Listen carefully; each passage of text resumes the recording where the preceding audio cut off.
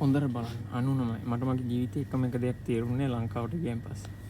මේ තියෙන රුසියාවේ තියෙන සාමාන්‍ය හොඳ ප්‍රීමියම් තේ එකක් 99 පැකට් කරපු තේ. මේක සාමාන්‍ය ලංකාවේ ගන්න ගියොත් රුපියල් 600ක් විතර වෙනවා. 99 කියන්නේ රුපියල් වලින් ගත්තොත් 400. සාමාන්‍ය මේක ඇවිල්ලා එකත් හොඳ තේ එකක්. ඒක ගත්තොත් 62 4න් වැඩි කරලා බලන්න ඔයාලට ගාන යනවා. එතකොට 240ක් විතර වෙනවා. මට හිතා ගන්න බෑ අපේ ලංකාවේ තියන්නේ අපිට තියෙන්නේ තේ රොඩු. තියෙනවා ඉතින් හොඳම මේ පට්ට ගන්න. රුසියාවෙන් ගන්න පුළුවන් ලංකාවට වඩා අඩුයි. මම දන්නේ නැහැ කියන්නේ. බලන්න අය කමෙන්ට් එකක් දාගෙන යන්න. එහෙනම් ඉතින් සුපිරිම තේ ලංකාවෙන් රුසියාවට ගෙන්න. එරල් ග්‍රේ මේ ලංකාවේ ඇත්තෙත් නෑ සමහරක් වෙලාවට.